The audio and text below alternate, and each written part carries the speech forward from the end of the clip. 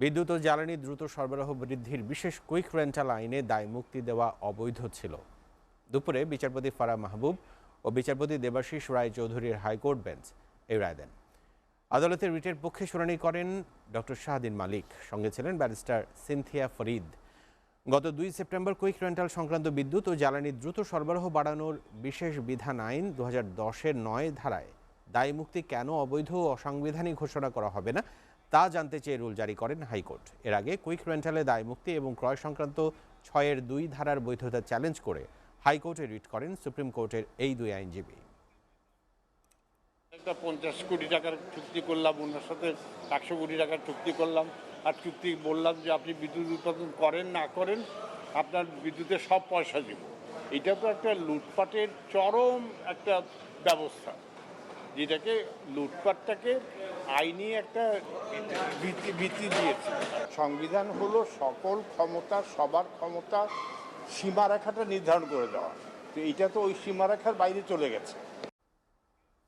এ বিষয়ে আরও বিস্তারিত জানাতে সুপ্রিম কোর্ট প্রাঙ্গণ থেকে সরাসরি যুক্ত হচ্ছেন সহকর্মী মিজান আহমেদ। মিজান, এই বিষয় সহ আদালত পাড়ার আর কি খবর আছে আমাদেরকে জানাবেন।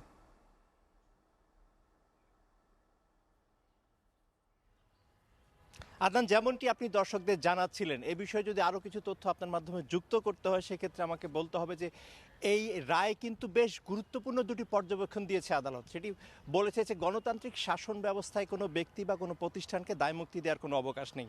দ্বিতীয় যে পর্যবেক্ষণটি বলেছে যে সংবিধানে রাষ্ট্রের প্রকৃত মালিক হিসেবে জনগণকে সুস্পষ্ট অধিকার দেওয়া হয়েছে, সেই ক্ষেত্রে জনগণ যে কোনো অসামঞ্জস্যতা কিংবা যে ক্ষেত্রেই অন্যায্যতা সেক্ষেত্রে জনগণের প্রশ্ন করার অধিকারটি রয়েছে, এবং সেই ধারাবাহিকতায় আগামীতে জনগণের সেই সোচ্চার ভূমিকাটি প্রত্যাশা করে আদালত।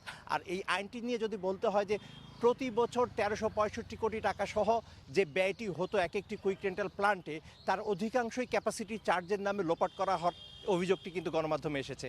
এবং 2011 পরবর্তী সময়ে কুইক রেন্টাল বিদ্যুৎ কেন্দ্রের নামে হাজার হাজার লক্ষ কোটি টাকা পাচার হয়েছে এমন অনুসন্ধানী প্রতিবেদনও গণমাধ্যমে এসেছে। সেই প্রতিবেদনগুলো সংযুক্ত করেই কিন্তু এই রিট আবেদনটি করা হয়, এবং সেখানে স্পষ্টত বলা হয় যে পাবলিক প্রকিউরমেন্ট অ্যাক্ট 2008, সেই অ্যাক্টে কিন্তু স্পষ্টতই বলা হয়েছে আপনি যদি কোনো প্রতিষ্ঠানের সাথে চুক্তি করতে চান কিংবা কোনো চাহিদা পূরণ করতে চান সেক্ষেত্রে ওপেন টেন্ডার সিস্টেমটি রয়েছে, এবং সেই ক্ষেত্রে সবাই এখানে দরপত্র আহ্বান করবে, সর্বনিম্ন দরদাতাকে কিন্তু আপনি কাজটি দেবেন। কিন্তু কুইক রেন্টাল আইনে বিশেষায়িত একটি আইন যুক্ত করা হয়েছে 6-এর 2 ধারায়। স্পষ্টতই দায়িত্বপ্রাপ্ত মন্ত্রী বা প্রতিমন্ত্রীকে একচ্ছত্র ক্ষমতা দেওয়া হয়েছে, যিনি যে কোনো ব্যক্তির সাথে বা প্রতিষ্ঠানের সাথে এক বা একাধিক চুক্তি করতে পারবেন, এবং সেই চুক্তি নিয়ে কোনো প্রশ্ন করা যাবে না। যেটি বলা হয়েছে এই আইনেরই 9 ধারায়, যে এই চুক্তি নিয়ে, সম্পাদিত চুক্তি নিয়ে কোনো আদালতে এ নিয়ে প্রশ্ন তোলা যাবে না।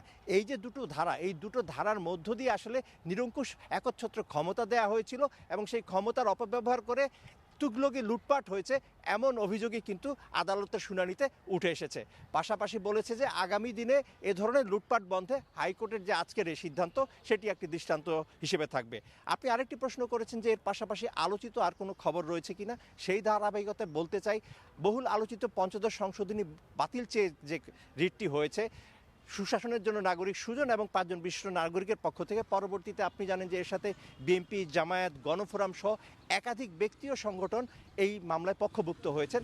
আজকে জামায়াত ইসলামীর পক্ষ থেকে কিন্তু তাদের যে যুক্তিতর্ক বা শুনানি তারা কিন্তু আজকে আদালতে সম্পন্ন করেছেন। তারা বলেছেন যে গণতান্ত্রিক শাসন ব্যবস্থায় অবাধ, সুষ্ঠু, নিরপেক্ষ নির্বাচনটি অপরিহার্য বিষয়, যা সংবিধানের মৌলিক কাঠামোর অংশ।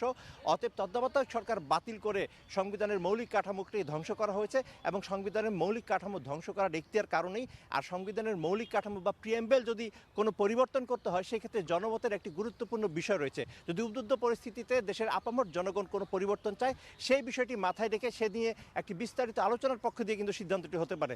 যদিও আমরা দেখি 2011-র 30শে জুন কিন্তু সেই ধরনের কোনো জনমতের দাবি ছাড়াই কিন্তু বহুল আলোচিত তত্ত্বাবধায়ক সরকার ব্যবস্থা সংবিধান থেকে বাতিল করা হয়, এবং এর মাধ্য দিয়ে যে পঞ্চদশ সংশোধনী নিয়ে আসা হয়।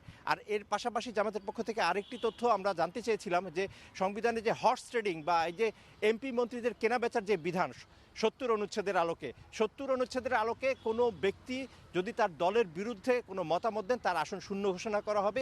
এটিকে জামাতের পক্ষ থেকে তারা বলছেন যে এটি তার ব্যক্তির সাংবিধানিক অধিকারকে ক্ষুণ্ণ করছে, কারণ দলের বিপক্ষে মতামত দেওয়ার অধিকার প্রতিটি ব্যক্তির রয়েছে। কারণ যে কোনো রাজনৈতিক পরিচয় থাকলেও দিন শেষে তিনি একজন ব্যক্তি এবং সেই মতামত দেওয়ার সুযোগটি তাকে সংরক্ষণ করতে হবে। তারা প্রত্যাশা করেন এই শুনানির মধ্য দিয়ে সংবিধানে আবার তত্ত্বাবধায়ক সরকার ফিরে পারবে এবং সাধারণ মানুষ উৎসবমুখর পরিবেশে তাদের গণতান্ত্রিক ভোটাধিকার প্রয়োগ করতে পারবেন। তো এই ছিল আদালতের সবশেষ তথ্য। ফিরে যাচ্ছি স্টুডিওতে, আদনান আপনার কাছে।